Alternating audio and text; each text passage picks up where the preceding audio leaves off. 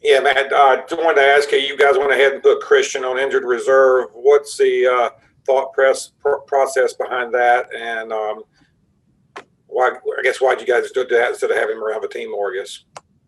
Yeah, I mean, he's still around the team.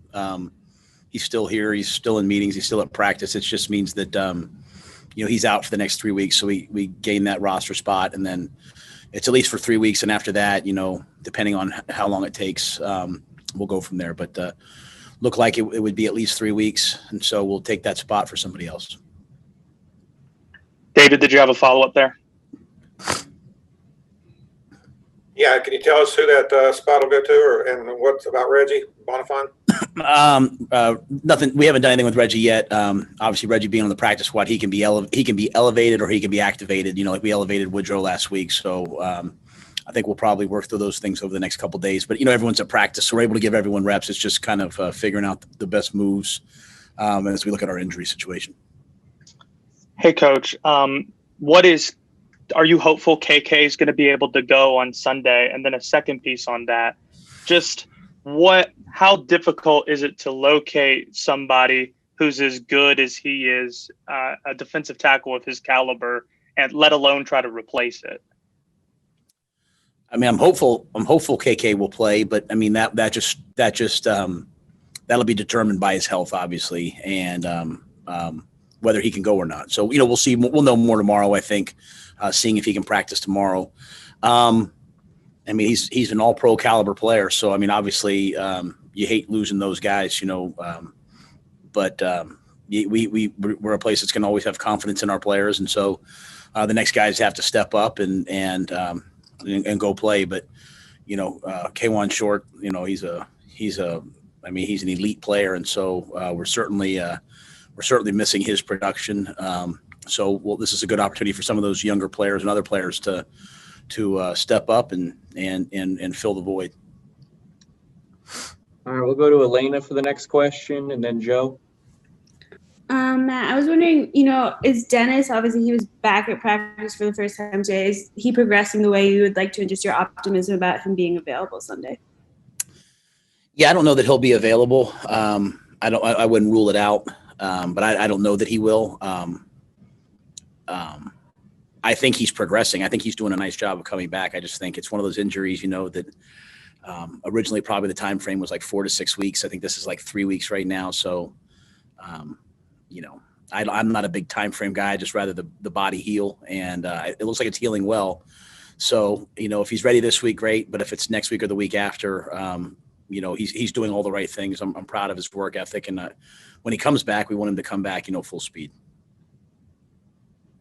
Hey, Matt, I have a real quick follow-up on that. And then is Dennis's a high ankle? Is it a high ankle, you said? I'm sorry? Yes. Yes. Yep. Okay. Yes. And then with Mike Davis, he was a guy last year. He got here late, seemed like kind of an afterthought for that former staff. And obviously Christian was having a big year. What did you see in him, over the off season or when you watched tape that made you think that he could, have a fairly big role with you guys? Well, Nixon stood on the table for him. I mean, Jeff's been the running back coach in Miami. He's been with the 49ers. He's been with the Eagles. I mean, he's been a lot of different places. And he recognized his skill set, I think, really early. He said, he's a powerful back. He's big. He can run, with speed, with power. He's got great rush skills. He catches the ball out of the backfield. So all the things that we ask a back to do, he can do all of them. And, from day one, Jeff said to me, I think he's a great compliment to Christian. And then if anything ever happens, he's a starting running back that he can play at that level. So that was Jeff's evaluation, as we went into free agency and all the, the draft and all those different things. And so that always, kind of hung true in the back of my mind. Then we got, we didn't have OTAs. We didn't have anything like that. So we got to camp and, you see all those things in camp. He had a really, really good training camp. It's hard to take Christian off the field. He's such a good player. Didn't do a great job in the first game. We came out of the first game saying, hey, let's try to get Mike 10 plays. We had some plays with him and Christian on the field at the same time. Christian went down. He went in and played, and I liked the things that he did. And so We go into this week feeling, really good about him, feeling really good about Trenton Cannon, feeling good about Reggie Bonifant. So, those guys have played, and that's the one thing we have. We have running backs. We have 3 running backs who have played the position. Let's go to Josh Klein and then Miles Simmons. Hey, Coach. Brian Burns popped up as limited. Are you concerned at all with that thigh? And also, just he kind of, after watching the tape, it seems like he jumped off the screen in terms of his pass rush. What did you see from him in week 2 and his growth? Yeah, I mean, he got kicked today and finished practice. It's just he sat out a couple reps. So I mean, I think he'll be fine. We played a lot of 3-man rush last week. I think one of the stories of the games, I think the quarterback last week threw for 200 yards in the first half, and Phil adjusted. We went to a lot of 3-man rush in the second half. That's asking Burns both to rush and to drop, and I think we held him to 20-some yards passing in the second half. And I think Brian's a versatile player. I mean, he's a guy who can rush, he can get pressure on the quarterback, has a great spin move. And also made some key plays, dropping into coverage, breaking up, making huge tackles. So I think he's a really versatile player. He's had some bangs and bumps and bruises and some different things that have, I wouldn't say slowed him down, but he's just kind of learning how to, I think play through all those things. When you're a defensive lineman in the NFL, you're always going to have something, and you're going to have to learn, you're going to have to, make yourself play through it. And so he's been doing that, and I'm excited about those things. But his potential is vast. He's so versatile. We're probably, doing a lot of different things with him other than just asking him to rush. So his production doesn't only show up in terms of sacks and pressures, but I think he made some key plays for us last week. Even rushing the punter and forcing a punt. I mean, he does a lot of big things for us. Hey, Matt, notice on film that Curtis Samuel took a snap or 2, maybe 3 or so at running back. What do you like about his versatility that he can play there? And is that something that, especially with Christian out, you may take a little advantage of? Yeah, I mean, he just ran 2 speed sweeps as a receiver. He's been our speed sweep runner. And then we had one play where, he and Christian shifted, and if they left the box light, we would hand him the ball. I'm sorry, I'm coughing. But, we think he's a receiver. We think he can do a lot of things. But he is a good speed sweep runner, does a nice job, getting the ball on the perimeter. So, we're always trying to find different ways to get him the ball. I'll go to Jonathan Alexander and then Phil Orban. Hey, Matt. Hope you're doing well. It's a little off theme. Phil Snow's been with you, every head coaching stop that you've been at. And I suppose not everyone can say that. Why him? And, why did you feel he was the right fit when you were hired with the Panthers to rebuild this defense? Because he's the best coach I know. He's a tremendous teacher. He doesn't make excuses everywhere we've been. He's built the defense. My goodness. Over the course of 3 years, it takes a little bit of time at first, but we always ending up having a great defense. He's just a tremendous teacher and a tremendous builder and a tremendous coach, and been in the NFL before. He's been around some great coaches, been a great coordinator in college, multiple stops, going all the way back to Arizona State. I think we're blessed and lucky to have him. I think, the biggest thing right now is, we just have to kind of put it all together on defense. But, coming out of the Raiders game, all the questions I got asked were about the run defense. And we held them to 37 yards rushing through 3 quarters, so that's not good enough because in the fourth quarter, we gave up those 2 runs, a 28-yard run and whatever, a 60-yard run. But you can see signs of, okay, when everything's kind of clicking, we can do it, and then, last week it was, whatever it was, 200 yards passing in the first half. And in the second half, you see how much better, we play in terms of the passing game. So I just think, I know and believe in Phil's ability to adjust and make the most out of our guys and get the most out of our guys. And so I'm look forward to just, continuing to build and take advantage of the guys who are out there. Matt, this question is kind of with Brian Burns in mind, but it's also bigger picture as well. I'm wondering, with such a young defense and not having been with some of these guys last year in these important developmental years, how do you measure development if you haven't been with the guy the year before? What do you look for? Yeah, I'm just looking for like day to day. I mean, really, I mean that game on Sunday should have been like our second preseason game. We should have come in and really kind of said like, all right, guys, this is what we have to do better. There's things coming up. There's mistakes that are made that you have to actually get into a game to see, and it's not fun, to have it be a game that counts. But we're still in the early growth stages, in my opinion. So I'm just looking for day-to-day development. I mean, even like in terms of the coaching staffs on all sides of the ball, like they're just now seeing what guys can do and what guys can't do in crucial situations and in competitive situations, and they're tailoring, what we're doing. Hey, is it this run? No, maybe it's this run. That we do well. Is it? Are we a blitzing team? Or are we a coverage team? Or are we a 4-man rush? Or are we man-to-man team? I mean, we're figuring out who we are because we haven't had that time. And so in terms of players, I'm just watching them. I'm watching them day by day, snap by snap. All I want them to do is come in and just get a little bit better every day. Like there is no overnight success. I mean, when you come into a place that has struggled, that you have to make small gains, and small gains eventually you look back and you say, wow, look what we built. Well, you built it one brick at a time. And so there's no rush. There's no easy way to do it, right? And there's no way to become a great player overnight. Guys just have to build. But I think what you see with guys like Brian Burns is they're just getting a little bit better every week. And then you look up and all of a sudden Brian's out there like he was, at times in the second half, terrorizing everyone. And you're like, how'd that happen? Well, I mean, he just gets better and better and better each and every day that he goes out to practice. Let's go to Steven and then Skylar. Coach, there's been so much debate over the efficacy of running backs in recent years. And back in the spring, I think in a radio interview, you said that you didn't view Christian as just a traditional running back and that you viewed him as a playmaker. Where do you think Mike Davis falls in that category? I mean, Mike's a running back. He's a really good running back. He's a running back for us. And he's going to go out there. He's going to run our runs, catch a ball out of the backfield and protect and do all those things at a really high level. So he's someone I count on. I think he'll make a lot of plays for us out of the backfield. But he's a traditional running back that can do a lot of really good things. Hey, Matt, it looks like Justin Herbert's probably going to get the start this weekend.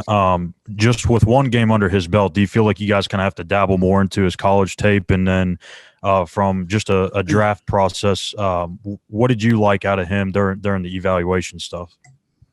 Yeah, I think we're just going to have to base it off of what we see on the tape of what they've done the first two games, what they did with him when he got in there.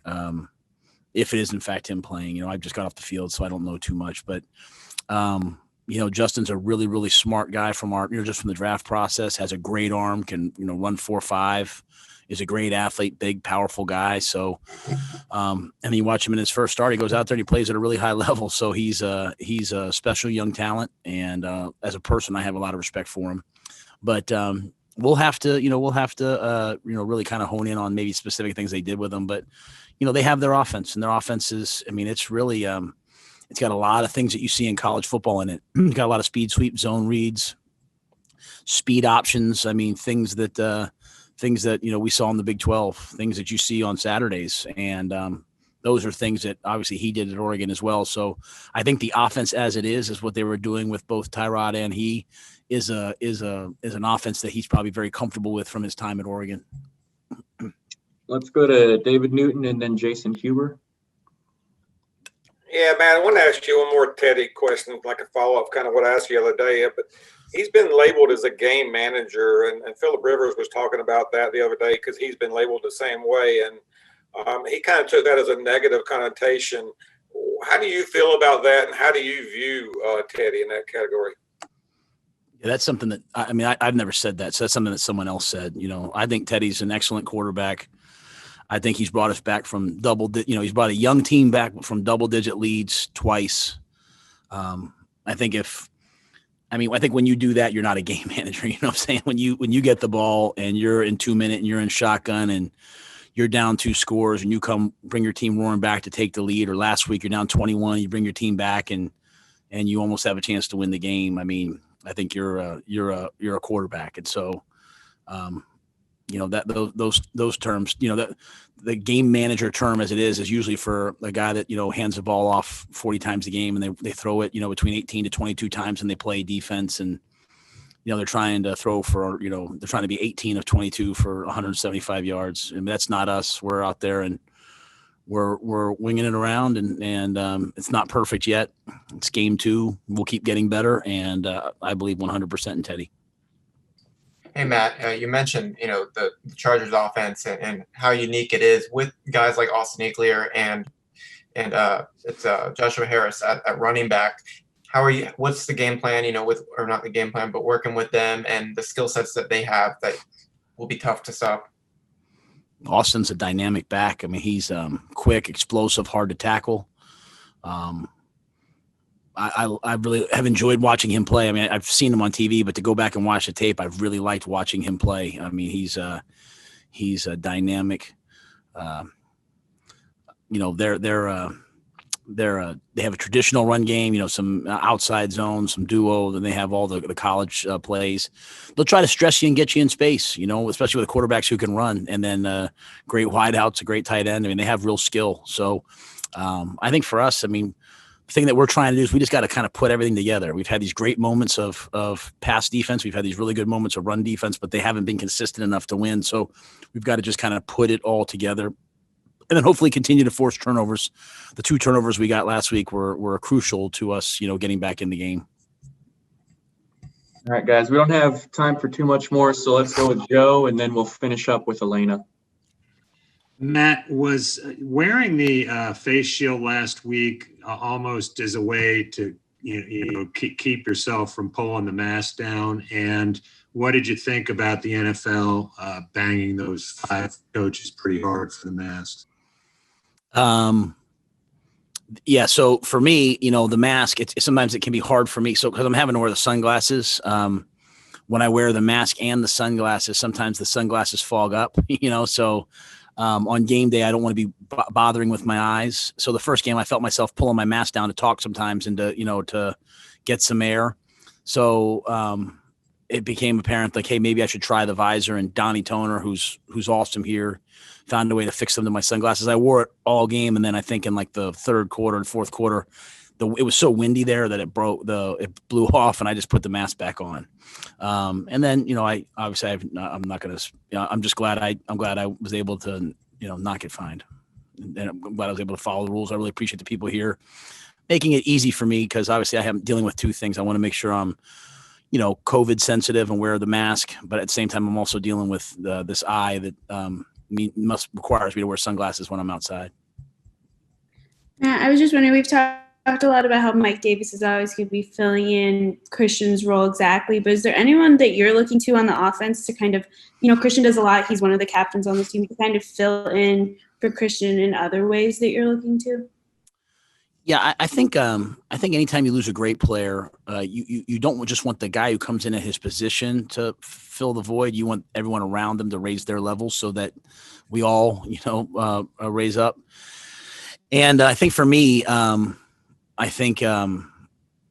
receivers. I mean, Robbie's been really, really dynamic. I'm really looking forward to seeing DJ continue to develop, Curtis continue to develop, Robbie. As they get more and more comfortable in this offense, Seth Roberts, our tight ends. I just think it's really important that everybody understands that, this was their 2nd game in this offense, and now they're going into week 3. Like, every week should get better and better and better. And so, we walked off that field really, really disappointed on Sunday, at the turnovers and the negative plays and penalties. But I think we also see, like, if we just can eliminate some of these things like we did the first week, we're going to have a chance. And then, we played the Raiders, and then we saw them play their night. They're obviously a very good team. So I think for us, it's just a matter of, hey, let's get better. Like, let's not worry about anything. Let's not panic. Let's just get better. And I think if you were out at practice today, like, that's a team that's trying to get better, and we're going to go play this week, and some good things will happen. Some bad things will happen. Hopefully we find a way to win the game, and then we'll come back next week and we'll do the same thing. And if we do that, we'll just get better and better and better. But I think that's true for all the guys on offense as they get more comfortable, and as guys get banged up. Guys are going to get hurt. Guys are going to go down in games and practices, and other guys are going to have to step up. And so we're just trying to build a system here where everybody gets better every day. So, when Christian comes back, we want to have a really good team, to put out there around him.